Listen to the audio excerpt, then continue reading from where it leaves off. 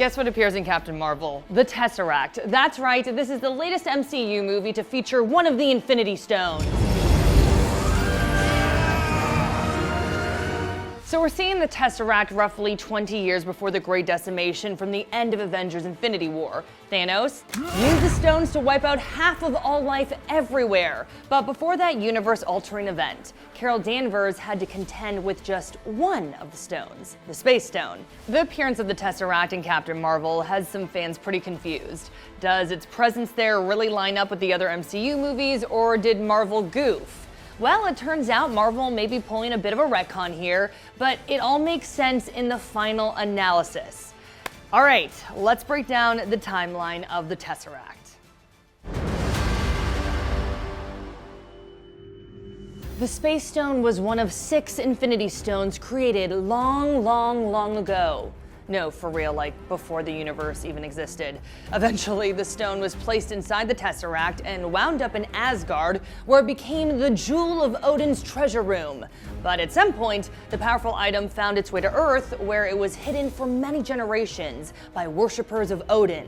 By 1942, the nasty Red Skull was on the hunt for the legendary treasure, and he found it in Norway, utilizing its power to create enhanced weapons for his Hydra agents with the goal of taking over the world. The Skull nonetheless fell victim to the Tesseract when he dared to try to hold the thing in his hand.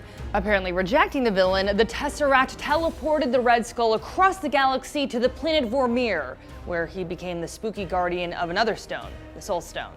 Meanwhile, the Tesseract fell to the bottom of the Arctic Ocean at the same time that Captain America was seemingly killed, though in fact he had gone into suspended animation.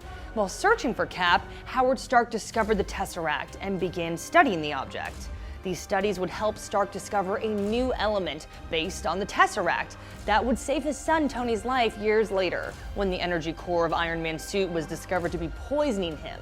I'm digressing. Anyways, back to the Tesseract. By the late 1980s, it was being used as part of Project Pegasus, a top-secret initiative by S.H.I.E.L.D. and NASA that was run by Dr. Wendy Lawson, who was secretly the Kree scientist known as Mar-Vell. The objective of this project was to build a light-speed engine using the Tesseract as a power source, but Mar-Vell was killed by the Kree Star Force while testing the engine, and her test pilot, Carol Danvers, was seriously injured, but not before gaining superhuman abilities after the Tesseract-powered engine exploded in her presence.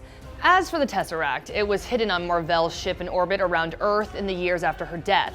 After spending a very short period in a Fonzie lunchbox, during the climax of Captain Marvel, Danvers and Nick Fury find the object, and the alien cat Goose swallows it for safekeeping. Let's not forget the film's post-credits scene where Goose vomits the Tesseract up onto Fury's desk. And I thought my cat had bad hairballs. It seems that in the years since Goose upchucked the Tesseract, Fury's team continued to study it at Project Pegasus. And by the end credits of the first Thor movie, he introduces Dr. Selvig to the device, asking for his help in unlocking its secrets. I guess seeing what a bunch of space gods were capable of lit a fire under Fury. But this is kind of a bad move, since it turned out Selvig was already under the control of Loki at this point. By now, Thanos was looking for all of the Infinity Stones, and he sent Loki to Earth to retrieve the Tesseract and the Space Stone inside it. And so the Avengers were first assembled. Using the power of the Tesseract, Selvig opened a portal above New York City, which would allow Loki's army of Chitauri to attack Earth. But the Avengers avenged some shit and were able to stop the Asgardian when Black Widow used another Infinity Stone, the Mind Stone, hidden inside Loki's scepter, to shut down the portal. That brings us to Thor Ragnarok. While battling the fire demon Surtur, Loki visited Odin's treasure room, where he couldn't help but pause before the Tesseract. Come on, Loki, not again. Well, it wasn't clear what happened next until Avengers Infinity War.